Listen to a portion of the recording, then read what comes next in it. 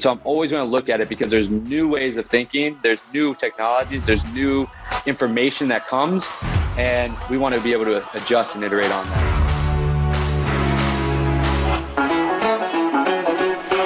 My name is Matt Reiner, managing partner at Capital Investment Advisor, CEO of Wellness Strategies, an author, podcast host, and also a speaker to the wealth management community. My mission is to help every family in this country have access and be served by a human financial advisor.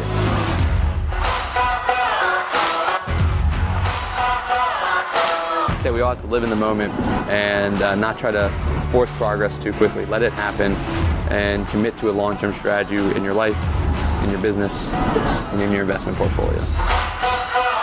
And now, your host and my dad, Matt Reiner. Welcome to the FutureProof Advisor podcast. I'm Matt Reiner, and today we're exploring a topic that's been on my mind for some time, that's for sure. How can our industry balance the demands of regulation with the need for meaningful innovation? This is all about the FutureProof Advisor, which we talk about constantly being around three main principles that have 12 pillars across them: mind, leverage, and innovation. We must have the mindset, a curious mindset, a mindset that looks to understand failure, understand ourselves, become aware, then to have the mindset to go in ability to create leverage with processes and performance metrics and understand what's working and what's not, and then ultimately go and innovate. That's all about researching, inspiring, and executing on innovations. But without the mindset for failure and curiosity, you're not going to be able to innovate. And without the leverage that creates you time, you're not going to have the ability or focus opportunity to go and innovate. And so that's what we talk about on this podcast. In today's episode, we titled Think More Like Google Than Goldman, because we're going to be diving into how wealth management teams and individuals can adopt a more experimental, innovation-focused mindset without putting client assets at risk or violating any regulatory requirements. So whether you're leading a large firm or operating as a solo advisor, I think that there will be actual insights in this episode. And it's more about hoping you open your mind to how we think and approach our day-to-day. So, the uncomfortable truth is this: regulation has become our industry's favorite excuse. Whenever we resist change, we point to compliance. We blame the regulatory burdens. We shrug our shoulders and say, well, we're not a tech company. We can't just move fast and break things like all those tech companies out there. And on the surface, that makes sense. I mean, in reality, yes, we are handling people's life savings. We're handling their futures, their children's college funds. And we can't treat that lightly. And I'm not suggesting we do. But here's what I've come to realize. This mindset isn't just limiting, it's dangerous. Because while we're patting ourselves on the back for being cautious stewards, our clients are experiencing remarkable innovation everywhere else in their lives. Their expectations are being shaped not by other wealth management firms, but by seamless experiences with the Apples, Amazons, and Googles of the world. And the gap between those experiences and what we provide is growing wider every day. The truth is, regulation isn't what's holding us back from innovation. It's really our own fear of change, our resistance to experimentation, and our industry's deep attachment to doing things the way that they've always been done. I want us to take a break in this podcast and just remove ourselves from what we know. And in this episode, I want to challenge you to think differently about innovation in our regulated world. Not to put client assets at risk, but rather to imagine how we serve, engage, and deliver value to our clients. Because although we believe that nothing will change and life in the world and the industry will move linearly, and what has been will be in the future, The truth is, time and again, we see that that's not the case. And if we don't think differently, if we don't challenge things, and we don't try to evolve the way that we do our business for the betterment of the clients that we serve, someone else will. And then we don't want it to be that way. Future-proof advisors know that things change, things evolve, and they are on the path and the journey to evolve that and push forward. So here's what we're going to cover today and what we're going to go over. First, we're going to talk about why the quote, "we're regulated" excuse just doesn't hold water anymore. And we'll look at how other regulated industries are innovating despite similar constraints.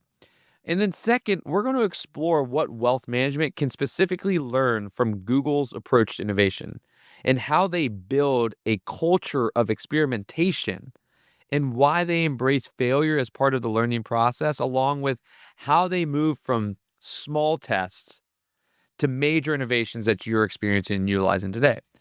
Third, we're going to discuss practical ways to implement this in your firm. We're going to talk about, regardless of your size, how to create space for testing new ideas, how to budget for innovation, how to shift your team's mindset from fear of failure to an openness of curiosity. And finally, we'll look at what the future might hold for firms that embrace this approach versus those that cling to the status quo. We'll kind of open up the curtain to show you what future-proof advisor firms will look like and are looking like going forward. I want this to be your permission slip to experiment. I just want this to be a safe zone to try things that might not work, to learn from these failures, and to gradually build an innovation engine within the guardrails of our regulated industry. And I want you to take this time as I talk to think and explore mentally where you could go as a company if the barriers were removed or may look slightly different. When I talk about thinking more like Google than Goldman, I'm not suggesting that wealth management firms should become tech companies. That is actually, I've done that before. And, that's not what I'm suggesting, because that would miss the point entirely. And I just don't suggest it. What I am suggesting is that we need to borrow their innovation philosophy while still honoring our fiduciary responsibility. There's a key distinction here, and we want to make that it's that putting client assets at risk and putting our business practices at risk are two entirely separate and different things. The former is irresponsible. The latter, though, is necessary for growth. Google doesn't make risky bets with customer data or security, but they are constantly experimenting with how they deliver their services, how they engage users, how they create value. The same approach can work in wealth management. This is the idea of learning from other industries and then finding ways to bring it into your industry, right? We can be rock solid with investment strategy and compliance while being wildly innovative in client experience, in the way that we communicate, in the way that we educate both our team and our clients, and the way that we engage with our clients as well. Innovation in our industry is not about creating exotic investment vehicles or cutting compliance corners. It's about reimagining the client journey, questioning each touch point, and asking ourselves, is there a better way to deliver this value that we're currently delivering? Most of the truly breakthrough innovations in wealth management won't require SEC approval or compliance exceptions. They'll require imagination and the willingness to test and iterate. But there needs to be intentionality around this. And here's the paradox. The more regulated an industry is, the greater the advantage goes to true innovators. Because when everyone else is using regulation as an excuse to maintain the status quo, the firms that figure out how to innovate within the constraints create remarkable competitive advantages. In a world where our business is becoming more and more commoditized, the initial value that we provided, as we start to search for those moats to differentiate ourselves and protect us from the future, we don't need to look any further. We just need to think differently. And so the question isn't whether we can afford to innovate in a regulated industry. The question is whether we can afford not to. And my answer is we can't. We must. And that's the answer that the entire FutureProof Advisor community is waving the flag about as well. I want to share a story about a moment that I think many people can relate to, but that fundamentally changed how I think about innovation and resistance to change in our industry. A few years back, our firm decided to switch CRM platforms. We were moving from a system we'd used for over 15 years to something new, more powerful, but ultimately very, very different. I thought we had done everything right. I was helping to lead this initiative. We spent months on research. We involved the team in the selection process. We created extensive training materials. We communicated the benefits and the transition timeline clearly, or as much as I thought clearly, and repeatedly. But then the day came to start using this new system. And I felt the tension the moment I walked in the office that morning. I knew what was going on. The old CRM was still available. It was really just one click away. And that's what everyone kept using. The new system that we had paid a good amount of money for sat virtually untouched, collecting what I refer to as digital dust, while complaints about it piled up. The complaints like it doesn't work like the old one. This is going to slow us down. I can't find anything. Nothing's moved over. When we launched this new system, we tried a middle ground approach. We said, use both systems for now, get comfortable with the new one gradually, and then we'll remove the old one. That was the idea. But that didn't work either. When given the choice, everyone defaulted to what was familiar, not what was better.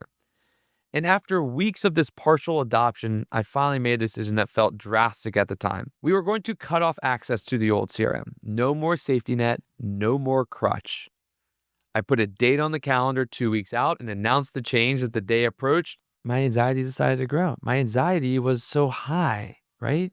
What if everything ground to a halt? What if clients suffered because of my decision? What if there was like this uproar of team members? Like, what if we had everybody leave? I was very anxious as I headed into that day that we said we'd cut it all off. But then the day came and we pulled the plug on the old system. And I think you all know where this story goes because you've all been through it. And I braced for disaster, but something remarkable happened. Within days, not months, days I'm talking about, people were not just using the new system, they were finding advantages in it. Within weeks, workflows were being rebuilt and efficiencies were appearing. And within a month, I heard someone say, I can't believe we ever used the old system. That experience taught me something profound about innovation. Although small and happens quite often, it taught me that progress doesn't happen when people are ready for it. It happens when there is no other option, when the constraint is shown, when the aspect of there are no other ways of doing it, where you are forced to change, you change. The resistance wasn't about the technology itself. It was about the comfort of the familiar, the fear of temporary inefficiency, and the natural human tendency to avoid short-term pain, even at the cost of long-term gain. That's when I realized our industry's resistant to innovation. It's not primarily about regulation. It's about status quo bias, dressed up in a compliance clothing. And it made me wonder, how many other areas of our business were we holding out onto outdated approaches, not because they were better, not because they were required by regulation, but simply because change felt uncomfortable? That question has driven much of my thinking about innovation and wealth management ever since, and was the impetus to me starting the FutureProof Advisor, because I want to explore that, and I want to share that, and I want to overcome that with the industry itself. Let's start by addressing the elephant in the room. Regulation as the universal excuse for lack of innovation in wealth management. Yes, there's no doubt we operate in a highly regulated environment. And yes, there are constraints on what we can do, particularly around investments, advice, and communication. But look around at other regulated industries. Healthcare is regulated, yet we've seen explosive innovation in telemed, patient engagement, and care delivery models. Banking is regulated, yet we witness the rise of mobile banking, automated savings tools, and frictionless payment systems. All things that seem so, commonplace to us today, but those are drastic innovations. Insurance, another one that's regulated, yet companies are revolutionizing everything from underwriting to claims processing through technology and service design, things that we don't see, but that are built behind the scenes with the innovations to make them more efficient. And so what is the common thread here? These industries distinguish between the core regulated activities and the broader ecosystem of client experience where innovation can flourish. The truth is, regulation does not prevent innovation. It channels it. It tells us where the boundaries are, not what we must do within those boundaries. What's more is our tendency to blame regulation for innovation and failures ignores a fundamental truth.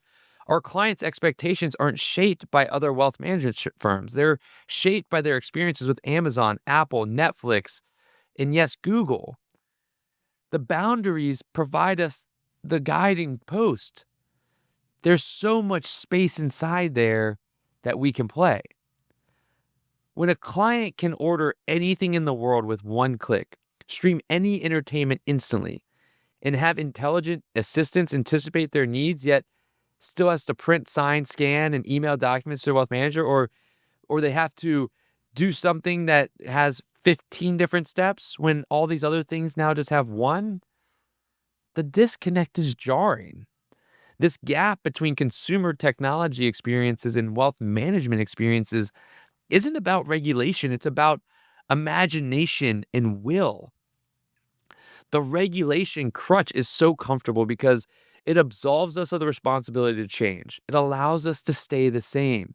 After all, if compliance, quote, prevents innovation, why even try? Why put the mental strain on that? But what if we flip the script? What if instead of asking, does regulation allow this innovation? We asked, how can we deliver this innovation within regulatory constraints? That shift in mindset from seeing regulation as a wall to seeing it as a canvas is the first step toward thinking more like Google than Goldman. And it means that we don't have to do anything. There's no actual spending of money, of changing policies. It's a mindset. It's something we all control. And that's the beauty. That's why focusing on mind is the core foundational first principle and pillar of the FutureProof Advisor. So, what can wealth management learn from Google's approach to innovation? First, let's clarify what I mean by thinking like Google. I'm not suggesting we adopt their business model or their specific technologies. I'm talking about their innovation philosophy. Three principles, not two, three principles stand out for me. First, Google builds innovation into their structure. They have this famous 20% time policy, which allows engineers to spend 1 day a week working on projects that aren't necessarily in their job descriptions. Gmail, Google News, and AdSense all emerged from this structured freedom. Second, Google embraces the concept of rapid experimentation. They don't wait for fully formed, perfect ideas. They're testing constantly. They're measuring results, and then they're using what they find in those tests and iterating based on that feedback. And finally, Google just understands that innovation isn't about eureka moments. It's about building a portfolio of attempts and learning from both successes and failures. You aren't going to enter this innovation mindset and just come across an innovation. You're going to have a ton of failures. And that one that works is going to be built on all of those lessons learned. It's going to have pieces of each of those failures that build up. Innovation is not a eureka moment. Take Gmail as an example. Most people think of it as an overnight success, but the reality behind Gmail is drastically different than that mentality. Gmail started as a side project in 2001. By 2004, it was released to beta to a small group of users, where it stayed in beta to this small group of users for 5 years, continuously evolving based on feedback. 5 years. That's like almost a cycle, a market cycle in our world. But when it was finally released to the public in 2009, it wasn't just another email service. It was fundamentally better because it had gone through thousands of small improvements over years of testing. Remember, it launched as a side project in 2001. It launched to the public in 2009. That is 8 years of working. But now we can contrast that with how wealth management firms typically approach innovation. Not all, but some. They go about like this. We want a fully formed, guaranteed to work solutions before we even begin testing. We're afraid to put anything in front of clients unless it's perfect. And that makes sense. I get it. As we've talked about in past episodes, it's not about getting perfect. It's about separating the process, letting innovation innovate. And once it's ready and things have crystallized, move it over to the core service and let the core service as they have. Because innovation doesn't work like perfection. There is a lot of failures. The best innovations start small. They start imperfect and they're super iterative. They improve through feedback and real world testing. The beauty of Google's approach is that it's not about resources, it's about mindset. Even a solo advisor can designate time for exploration. They can test ideas with a small group of clients, and they can build on what works. It's not that you have to go and hire different people. It's that you have to find the people within your team that want to think differently and want to test and do things in a small iterative way and build something. But by thinking more like Google, we can shift from a culture of perfection to a culture of continuous improvement, which ironically leads to better results for our clients in the long run. But it just takes time. It's a compounding thing. It takes time. Just like we tell them, our clients, to invest and let it be there and continue to save because it takes time for the compounding to affect. It's the same thing with innovation.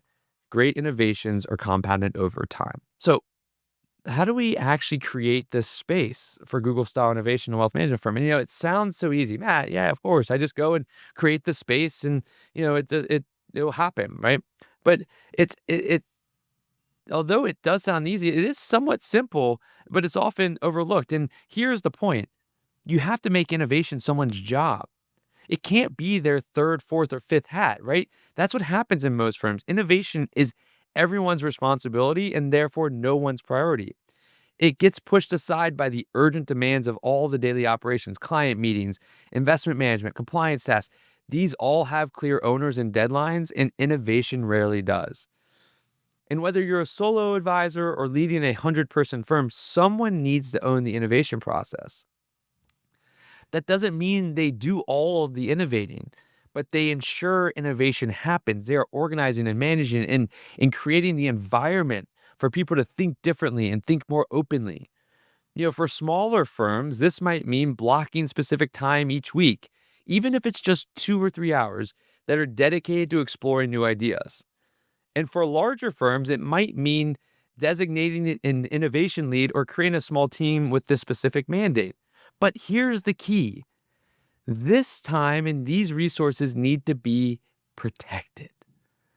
The moment client emergencies or operational fires can steal this time away, they will. And innovation will once again take a back seat. It's got to be intentional.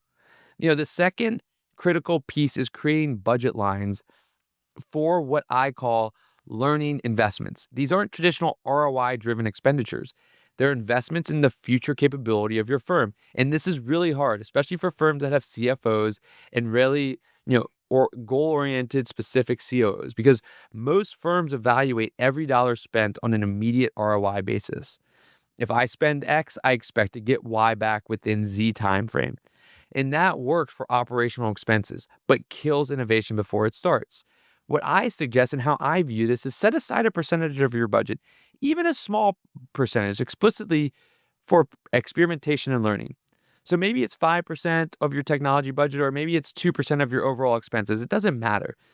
That's not what's important. It's just the mental allocation, because this budget isn't for initiatives that will definitely succeed. It's for initiatives that might fail, but will definitely teach you something valuable. In traditional accounting, failed initiatives are seen as losses. In innovation accounting, they're seen as investments in knowledge and capability. And when you make this small shift, when you explicitly budget for learning rather than just immediate returns, you create the financial space for Google-style innovations to happen. And you do it with a non-Google-esque budget. And that's the beauty. It's not about you having 500 employees or billions of dollars of revenue. Everyone can do it because it's a mentality. It's an intentionality. And that's what makes this so exciting, that we can all do this better. One of Google's most powerful innovation approaches is what's called first principles thinking. It's the practice of breaking down complex problems into basic elements and then reassembling them from the ground up. This is how we look at innovation within our firm. It's the idea of not asking, how can we improve this existing process? Rather, first principles asks, if we were creating this process from scratch today, how would we design it? What is the specific of what we are doing? And how do we build around it? This approach is extremely valuable within wealth management, where many of our processes were designed decades ago and have merely just been digitized rather than reimagined. I'll give you a concrete example. Most firms approach client review meetings with a standard template. We show portfolio performance, we discuss allocation changes, maybe touch on financial planning topics, and then we schedule the next meeting. This process has been largely unchanged for decades, except perhaps we now email the reports instead of printing them, or we may meet over Zoom instead of in person. But what if we applied first principles thinking? We'd start by asking, what is the fundamental purpose of a client review? Is it to share information, to provide reassurance, to deepen the relationship, to demonstrate our value, to gather new data about the client's life? Once we've identified these core purposes, we can ask, is a quarterly meeting actually the best way to achieve these goals? Maybe some clients would benefit more from monthly check-ins. Maybe others need semi-annual deep dives instead of a quarterly surface review. Is a 60-minute meeting the optimal format? Maybe some reviews could be 15-minute video updates, and maybe others should be 2-hour workshops with the entire family. And should we even call it a review, which inherently focuses on the past when what most clients care about is the future? This is what's so interesting. When we strip away our assumptions and focus on first principles, what we're really trying to achieve, we can rebuild processes that are vastly more effective and differentiating. We start asking questions that allow us to look at the problem in the process in a different light. The key is to focus on one area at a time, because most advisors see their business as a dense forest, countless interconnected processes that seem impossible to reimagine all at once, or we're going to all combust and it's all going to blow up, right? First principles thinking is about selecting one tree in that forest, examining it thoroughly, redesigning it from scratch, and then moving on to the next tree. And over time, this tree by tree approach transforms the entire forest without ever feeling overwhelmed. This is how Apple designed the iPhone. They didn't try to reimagine the entire concept of communication at once. They decided to start with specific pain points, the keyboard, the camera, the app ecosystem, and rebuilt each one from first principles. Wealth management firms can take the same approach, focusing on specific client touchpoints, operational processes, or service elements, and rebuilding them one by one based on first principles. Just like we tell our families and our clients, don't rush. Don't try to get to $1 million overnight. This is a slow, steady, consistent race. The same thing is true with innovation. We need to heed our own advice here. As I've thought about this tension between innovation and regulation in our industry, I've come to a realization that's both simple and profound. Yes, I like to consider myself profound, right? The boundaries that regulation creates aren't as constraining as our mental boundaries. Regulation tells us what we can't do with client money, what we can't say in marketing, what documentation we must maintain. But it says remarkably little about how we deliver our services, how we engage with clients, or how we structure our operations. The mental boundaries we create are assumptions about what clients expect, what our teams can adopt to, what's, quote, professional in our industry. These are far more limiting than any regulatory constraint. And these mental boundaries become self-reinforcing. We don't innovate because that's not how wealth management works. And because we don't innovate, we further entrench the belief that Quote, that's not how wealth management works. Breaking this cycle requires a willingness to question not just specific processes, but our fundamental assumptions about what our industry can be. The most exciting innovations in wealth management won't come from slightly better investment strategies or marginally more efficient operations. They will come from firms that reimagine the client experience from the ground up. Firms that look at every single touch point and ask, is this the absolute best way to deliver value? And ironically, the firms that embrace this kind of innovation will likely find themselves more compliant, not less, because thoughtful client-centered design naturally aligns with the principles that regulations are designed to protect.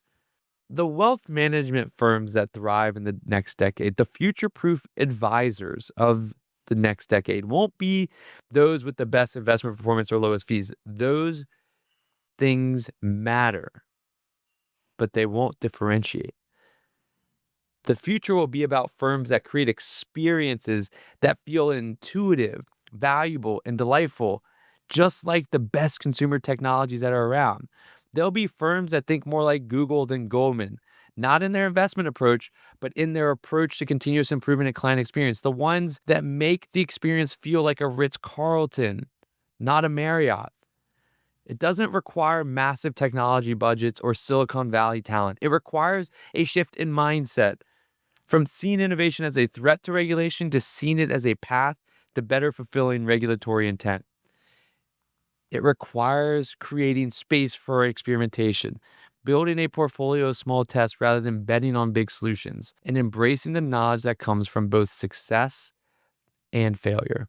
But most of all, it requires the courage to question the status quo, to look at the process that have existed for decades and ask, is this still the best way? The future will belong to wealth management firms that can balance the stability that regulation requires with the innovation that clients are increasingly expecting. It belongs to firms that can be Goldman solid in their compliance and fiduciary responsibility, while being Google innovative in how they deliver their services. And I believe that future is within reach for any firm, small or big, many people to single people.